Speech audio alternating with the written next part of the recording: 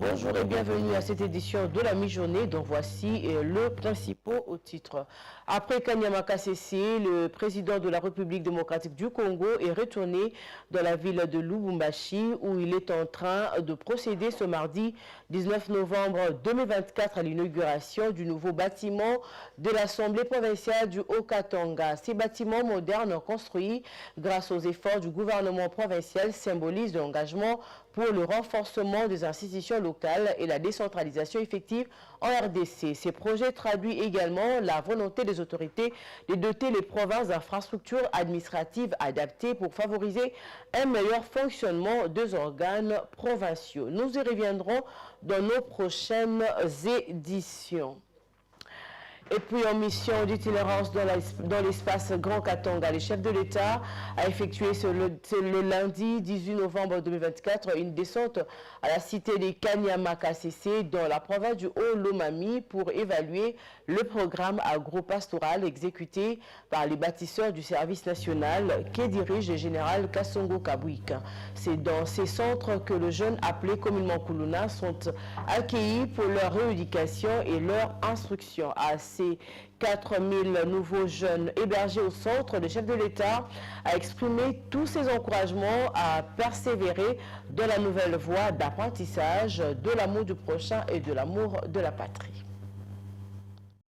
Arrivés au centre d'encadrement et d'instruction Félix Tshisekedi, où sont accueillis les jeunes bâtisseurs pour leur rééducation et instruction, le président de la République les a encouragés à persévérer dans la nouvelle voie d'apprentissage de l'amour du prochain et de l'amour de la patrie. L'État congolais ne vous oubliera jamais, leur a-t-il dit. La cité de Kanyama Kasese a enregistré 5000 hectares de maïs et des milliers de têtes des vaches. Le projet va s'étendre à d'autres provinces de la RDC pour garantir la sécurité alimentaire de la population congolaise, conformément aux directives du président Félix Tshisekedi. En plus de son activité habituelle de production agro-industrielle, le service national a ouvert depuis le début de cette année 2024 une nouvelle branche de ses activités consacrée à la production des bancs et meubles de bureau fabriqués par ses bâtisseurs en faveur des établissements scolaires publics. Pour cette année, le service national a déjà remis plus de 1500 bancs aux établissements scolaires et universitaires de la ville de Kinshasa. À noter que le service national s'est lancé aussi dans l'assainissement, la construction et la rénovation des bâtiments publics, à l'instar de la maternité de Kitambo à Kinshasa.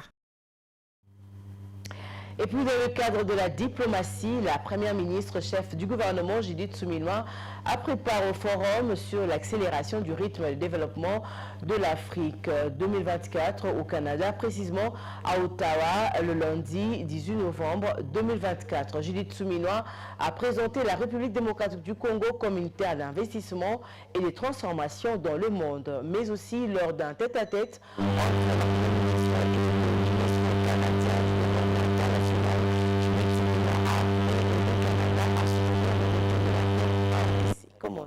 La première ministre Judith Suminwa a participé au forum sur l'accélération du rythme de développement de l'Afrique, Africa Accelerating 2024, à Ottawa, au Canada. Ouvert le lundi 18 novembre 2024, cette activité a connu la participation de membres du gouvernement canadien, les leaders africains, des ambassadeurs et chefs de mission diplomatiques, ainsi que les investisseurs. Ahmed Hussein, ministre de Développement international, représentant du Premier ministre Justin Trudeau, a prononcé le mot d'ouverture de cette conférence qui consacre également le 30e anniversaire des chambres de commerce Canada-Afrique. Pour lui, les Canada comptent mieux faire dans ses relations avec l'Afrique en partageant son expérience dans divers domaines. Le nouveau partenariat que propose le Canada à l'Afrique passe par un soutien accru humanitaire et à la formation professionnelle. Faisant honneur à la République démocratique du Congo, le ministre canadien de Développement international a annoncé un projet de soutien à 72 000 enfants congolais répartis dans 3 villes, à savoir Kinshasa, Lubumbashi et Bunia. Juste après cette conférence,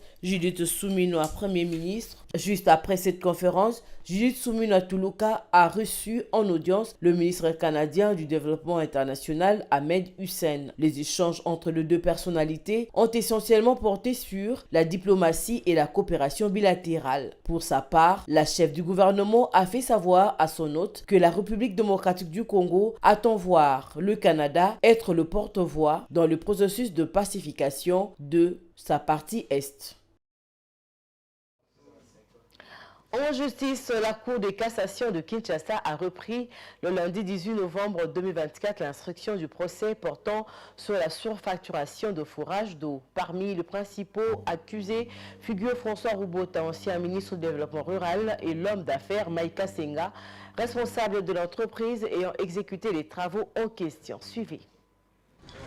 Les deux prévenus, chacun entouré de son équipe d'avocats, ont répondu aux accusations portées contre eux dans cette affaire qui suscite une vive attention. L'enjeu du procès porte notamment sur les responsabilités dans la gestion des fonds publics et les irrégularités relevées dans l'exécution du projet. À l'issue de l'audience, Yilin Douga, avocat de Maïka Senga, a relevé que l'affaire soulève des questions sur sa qualification juridique car, pour lui, l'inexécution d'un contrat n'a rien à voir avec un détournement des deniers publics. Nous sommes en train de travailler avec l'État congolais qui nous a accordé des sites, n'est-ce pas? Nous sommes sur le site en train de construire. Alors nous nous demandons dans ce dossier qui en est réellement victime. Parce que l'État, nous sommes avec lui, qui devrait se plaindre, personne ne se plaint. Mais curieusement, le parquet nous amène ici pour détournement des deniers publics. Et quand nous allons encore dire que la justice congolaise est malade, ça va mettre très mal à l'aise certaines personnes. Je crois que nous devons être conséquents. Le dossier est civil. L'inexécution d'un contrat n'a rien à voir avec un détournement des deniers publics. Je crois que nous allons le démontrer au moment opportun et nous croyons que le juge sera courageux, n'est-ce pas, pour s'assumer. Voilà tout. Cette audience a été renvoyée à la semaine prochaine faute de temps car le ministère public a versé un nombre important de pièces que la partie accusée devra analyser avant la poursuite de l'instruction. Vous avez entendu, la Cour a commencé avec une instruction sommaire et étant entendu que le ministère public venait de verser récemment des pièces, donc nous n'avons pas eu vraiment le temps de les pénétrer, c'est 1843 pièces. C'est ainsi que nous avons sollicité une remise et la Cour aussi de son côté a constaté que la plupart des pièces sont venues des prévenus. On ne nous a pas donné assez de temps, on nous a accordé seulement une semaine parce que les prévenus doivent être fixés dans les délais, dans les brefs délais. Une demande de remise en liberté provisoire de Maïka Senga a été introduite. La Cour devra donc se prononcer sur la question dans les 48 heures. En dehors de nos frontières, le Soudan fait face à une épidémie de choléra qui a déjà coûté la vie à près de 700 personnes et infecté plus de 24 000 autres. Depuis plusieurs mois, la maladie ravage le pays, exacerbée par une guerre dévastatrice qui dure depuis plus de 18 mois, mettant à mal les infrastructures sanitaires déjà fragiles. Le choléra, maladie hautement contagieuse, touche aujourd'hui 11 des 18 États du Soudan et les autorités sanitaires sont confrontées à un défi de taille. Diane Bonga pour le commentaire. Selon Ahmed Ali Atta, médecin au département des urgences et du contrôle des épidémies du ministère de la Santé, la situation dans certaines régions est particulièrement alarmante. Il y a un grand nombre de personnes souffrant de la maladie qui arrivent et nous avons encore plus de patients dans l'autre section. Pour l'instant, la situation dans la région de New Alpha n'est pas aussi grave. Le grand nombre d'arrivées provient de la région de Radaga.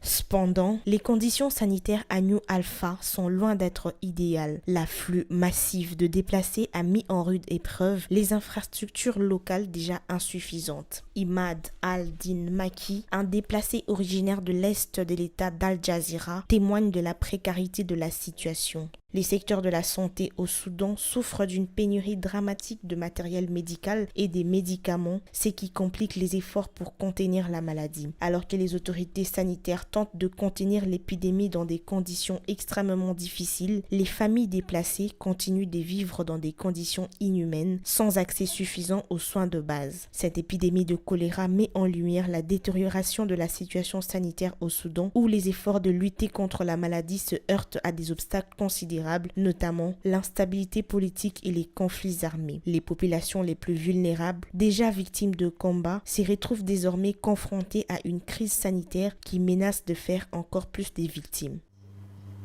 Direction Burundi, 477 détenus ont été libérés de la prison de Muravya dans le cadre d'une mesure de désengorgement des centres de détention du pays ordonnée par le président de la République, Évariste Ndayishimiye. Commentaire Diane Bonga, une fois de plus. La procédure concerne toutes les personnes incarcérées pour de délits mineurs. Sur un total de 13 211 prisonniers, 5 442 seront libérés, soit 41% de la population carcérale. Cette grâce n'est pas imposée par la loi, car on ne gracie pas un innocent. C'est une opportunité donnée à nos frères et sœurs de changer, de se convertir et de contribuer au développement du Burundi.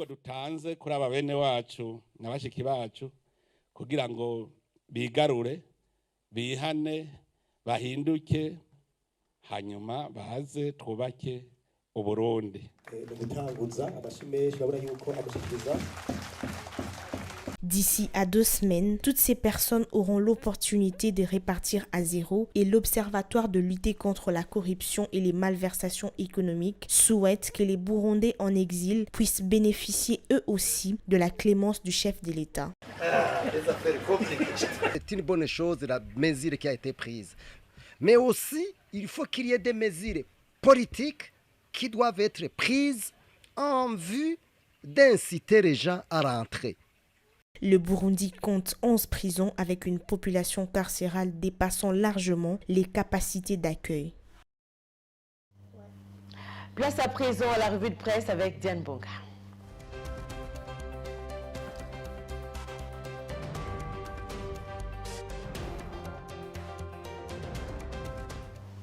Bonjour Diane Bonga et merci de nous rejoindre sur ces plateaux pour la revue de presse. Bonjour Ranta, merci de m'avoir reçu. Les hommes d'affaires canadiens invités à investir en République démocratique du Congo. Oui, Ranta, 2 sujets sont abordés par la presse congolaise ce mardi à Kinshasa, les séjours canadiens de la première ministre Judith Suminwa et les réactions des acteurs politiques et ceux de la société civile suite à la nouvelle déclaration du président de la République sur la révision de la Constitution. Alors, ouvrant ces kiosques, les investisseurs canadiens ont été invités par la première ministre Judith Suminwa à venir investir en République démocratique du Congo à l'ouverture lundi 18 novembre à Ottawa, au Canada, du forum Africa Accelerating 2024, rapporte l'agence congolaise de presse. Comme Judith Suminwa ajoute l'agence, cela fait l'ombre d'aucun doute. La RDC n'est plus ces géants aux pieds d'argile. Elle devient par excellence la terre des destinations de capitaux pour un devenir meilleur. Elle est une panacée aux problèmes qui terrifient l'humanité et cela n'a plus besoin d'être démontré, a-t-elle précisé. Et puis Canada, Judith Suminwa présente brillamment la République démocratique du Congo comme un pôle d'attraction pour les investissements internationaux. Oui, Ranta, sur le même volet, la chef du gouvernement congolais défend la RDC comme une destination incontournable pour les investissements, forte des immenses ressources naturelles et humaines, tout en appelant à une coopération accrue pour relever les défis climatiques et favoriser une transition énergétique durable, note pour sa part RTR 93.5, organisée par la Chambre de commerce Canada-Afrique en collaboration avec le gouvernement canadien. Cette rencontre constitue un moment clé pour renforcer les relations économiques entre la RDC et le Canada. Judith Suminwa à Ottawa pour représenter la RDC et renforcer le partenariat gagnant-gagnant avec le Canada. Oui, Ranta, on clôture ces chapitres de Judith Souminois au Canada. Les portails ajoutent, axés sur la création de partenariats stratégiques et durables, visent à ouvrir des nouvelles opportunités d'investissement et à promouvoir une coopération bilatérale fondée sur des principes des bénéfices mutuels. Un autre sujet sur la révision constitutionnelle, Félix Tshisekedi brise le silence sur le fantasme du troisième mandat. Oui, venons-en à la révision de la Constitution et aux réactions enregistrées dans différents camps politiques de la société civile. Jean-Claude Katende a lancé un appel à ses compatriotes de l'Est de la République démocratique du Congo. Il exhorte les citoyens à rejeter les projets de révision constitutionnelle initiés par le président Félix Tshisekedi, qu'il qualifie de manipulation dangereuse visant à prolonger son mandat, indique le portail. Dans son allocution, Katende a dénoncé l'utilisation fallacieuse de l'article 217 de la Constitution par le président qui, selon lui, cherche à instiller la peur parmi les populations de l'Est en prétendant qu'un abandon territorial est inévitable, ajoute le journal. Et puis, Martin Fayoulou promet d'être devant la population pour faire barrage au projet de Tshisekedi.